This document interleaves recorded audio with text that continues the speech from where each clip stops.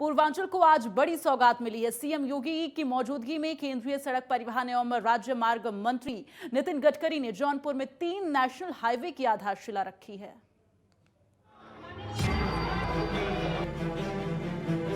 छोटी सोच के लोग बड़ा काम नहीं कर सकते हैं।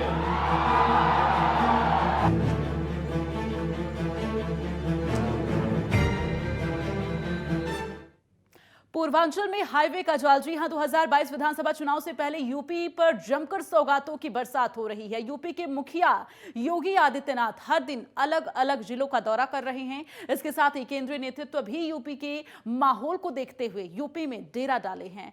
आज केंद्रीय मंत्री नितिन गडकरी और सीएम योगी आदित्यनाथ ने जौनपुर पहुंचकर 3 नए नेशनल हाईवे की आधारशिला रखी है। जौनपुर के अलावा मिर्जापुर में भी हाईवे की सौगात दी जा रही है। ये नेशनल हाईवे 15,000 करोड़ रुपए की लागत से बनेंगे। फौजदार इंटर कॉलेज में जनसभा को संबोधित करते हुए मुख्यमंत्री योगी आदित्यनाथ ने सपा समेत पूरे विपक्ष पर करारा हमला किया। उन्होंने कहा कि वंशवाद और परिवारवाद करने वालों यूपी को बदहाल कर दिया था। वंश के नाम पर राजनीति करने वाले भारत को विकास नहीं दे सकते हैं। उन्होंने आगे ये भी कहा, भारत को दुनिया के रूप में उभरना है और ये किसी का पिछलग्गू नहीं होगा। 2022 में नया उत्तर प्रदेश बनाना है। हम समस्या नहीं बनने देना चाहते हैं, हम समस्या के समाधान करना चाहते हैं। और पूर्व की सरकारों ने परिवारवाद और वंशवाद के आधार पर नौजवानों को जाति के नाम पर आपस में लड़ाने का काम किया है, उन्हें नौकरी से दूर रखा। छोटी सोच के लोग बड़ा काम नहीं कर सकते हैं। पिछली सरकारों की सोच संकुचित थी, छोटी थी, इसलिए परिवार तक सीमित थे। और आज प्रधानमंत्री मोदी जी के लिए भारत की 135 करोड़ की आबादी ही परिवार है और इसलिए भारत सरकार के स्तर पर इंफ्रास्ट्रक्चर डेवलपमेंट के जो बड़े बड़े प्रोजेक्ट आज लागू किए जा रहे हैं, उसका परिणाम है कि भारत की दुनिया के अंदर एक नया सम्मान बढ़ा है। और इंफ्रास्ट्रक्चर की जब बात होती है तो फिर हमारे सामने एक नाम उभर करके आता है और वह नाम आता है भारत के सड़क परिवहन और राजमार्ग मंत्री के रूप में माननीय श्री नितिन गडकरी जी का।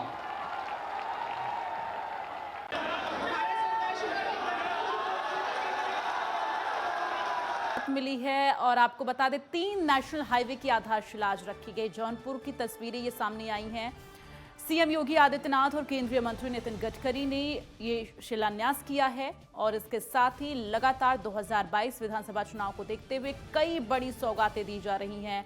इसके साथ ही उत्तर प्रदेश के मुख्यमंत्री योगी आदित्यनाथ ताबड़तोड़ तमाम जिलों का दौरा कर रहे हैं और केंद्रीय मंत्री भी लगातार कई केंद्रीय मंत्री यूपी में डेरा डाले हुए हैं। आज नितिन गडकरी सीएम योगी आदित्यनाथ के साथ नजर आए, जिनकी तस्वीरें हम आप तक पहुंचा रहे हैं।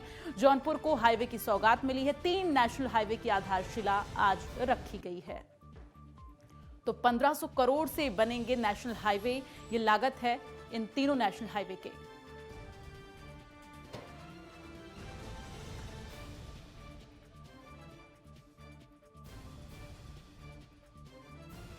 ज्यादा जानकारी के लिए रुख करेंगे प्रदीप आनंद श्रीवास्तव, संवाददाता हमारे साथ लखनऊ से लाइव जुड़े हैं। प्रदीप, जिस तरह से 2022 विधानसभा चुनाव को देखते हुए ताबड़तोड़ यहां पर दौरे किए जा रहे हैं, उत्तर प्रदेश के मुख्यमंत्री तमाम जिलों का दौरा कर रहे हैं, साथ ही जो केंद्रीय तमाम मंत्री हैं उनका भी डेरा यूपी में डला है और आज जिस तरह की तस्वीरें जौनपुर से सामने 3 नेशनल हाईवे की सौगातें आज मिली हैं।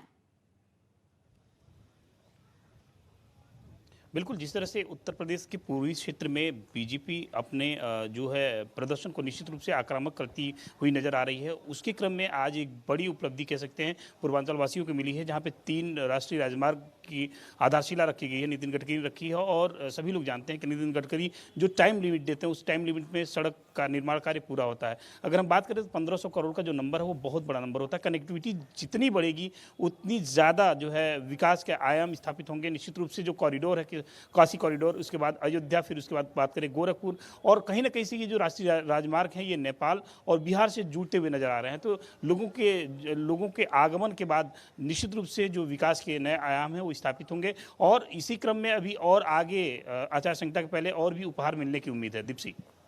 बिल्कुल प्रदीप, लेकिन जिस तरह से ये 3 नेशनल हाईवे हैं, 1500 करोड़ की लागत से तीनों नेशनल हाईवे बनने हैं, इसके साथ ही आज जब कार्यक्रम को संबोधित करते हुए सीएम योगी आदित्यनाथ ने सभी विपक्षी दलों पर करारा हमला किया। वंशवाद और परिवारवाद से ऊपर उठकर बीजेपी काम कर रही है।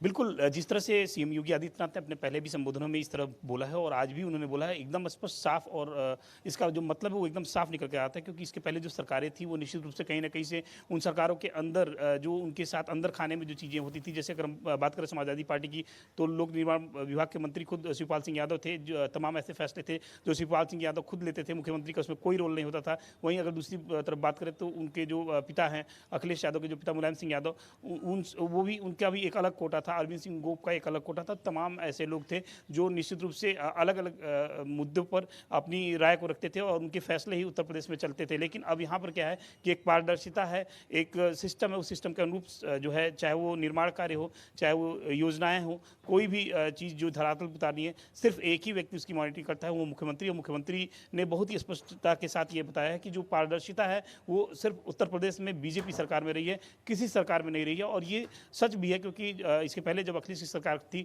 तो अरविंद सिंह गोप की बात करें, 4-4, 5-5 एक विभाग में 4-4, 5-5 ऐसे लोग थे जो मार्गदर्शक थे और चीजें खराब होती थी। तो कहीं ना कहीं उसमें सुधार आया। प्रदीप, जानना चाहेंगे, क्योंकि आप लगातार जनता के बीच में बने रहते हैं, इसलिए आपसे जानना चाहेंगे, एक तरफ लगातार बीजेपी की तरफ से तमाम सौगातें दी जा रही यूपी वासियों को, तो दूसरी तरफ अगर अखिलेश यादव की रैली देखी जाए तो काफी ज्यादा यहां पर संख्या जो है बढ़ चढ़कर दिखाई दे रही है। तो क्या लग रहा है कि ये जो सौगातों की झड़ी लगाई जा रही है वो ज्यादा काम करने वाली है, या जो अभी रैलियों में संख्या देखी जा रही है वो कहीं ना कहीं जो आकलन लोगों का है कि अखिलेश यादव की रैली में इतनी भारी संख्या में लोग बढ़ चढ़कर पहुंच रहे हैं तो कुछ कायाकल्प हो सकता है? देखिए दीप्ति, अगर हम संख्या की बात करें, जो संख्या रैलियों में दिख रही है, निश्चित रूप से हम उसको वोट से नहीं जोड़ सकते। जो वोट में कन्वर्जेशन है वो होगा कि नहीं होगा, ये बात की बात है। क्योंकि कांग्रेस में भी अगर हम बात करें, अमेठी में कल बहुत बड़ी रैली थी, बहुत ज़्यादा लोग थे।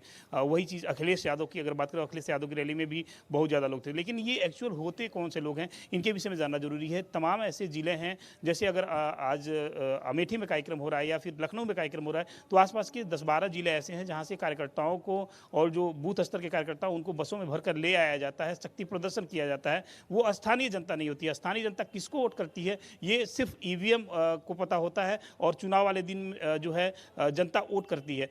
ये जो भीड़ है, इस भीड़ का ये जो सरकार उत्तर प्रदेश में जो तमाम तरह की योजनाएं, ठीक है प्रदीप, आपके पास लौटेंगे, आप बने रहिए हमारे साथ। लेकिन इस बीच दर्शकों को कुछ तस्वीरें भी दिखाना जरूरी है कि किस तरह से उत्तर प्रदेश में जो हाईवे का जाल है वो कहां-कहां पर फैला हुआ है, ये आपको तस्वीरों के जरिए से दिखाते हैं। इसके साथ ही आपको ये बताने की कोशिश करेंगे कि जो विकास की गति है वो किस तरह से आगे बढ़ रही है और क्या इन सौगातों के जरिए एक बार फिर से बीजेपी यूपी की सत्ता में काबिज होगी।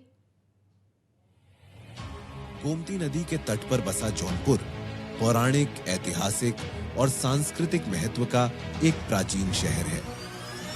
माननीय प्रधानमंत्री श्री नरेंद्र मोदी जी के कुशल नेतृत्व में भारत सरकार द्वारा राष्ट्रीय राजमार्गों के माध्यम से जौनपुर के विकास को नई दिशा देने के लिए कई महत्वपूर्ण परियोजनाओं पर काम किया जा रहा है, जिनके माध्यम से जौनपुर में कनेक्टिविटी और व्यापार में वृद्धि होगी, जिसमें 396 करोड़ की लागत से 38 किलोमीटर लंबे NH 135A भदोही मड़ियाहू जौनपुर मार्ग का निर्माण किया जा रहा है, जिसके अंतर्गत सई नदी पर 10 मीटर चौड़े पुल का निर्माण किया जाएगा, जिससे ट्रैफिक जाम से निजात मिलेगी और साथ ही इस राजमार्ग के निर्माण से अयोध्या से विंध्याचल एवं चौकिया माता मंदिर की यात्रा सुगम होगी और धार्मिक पर्यटन को बढ़ावा मिलेगा।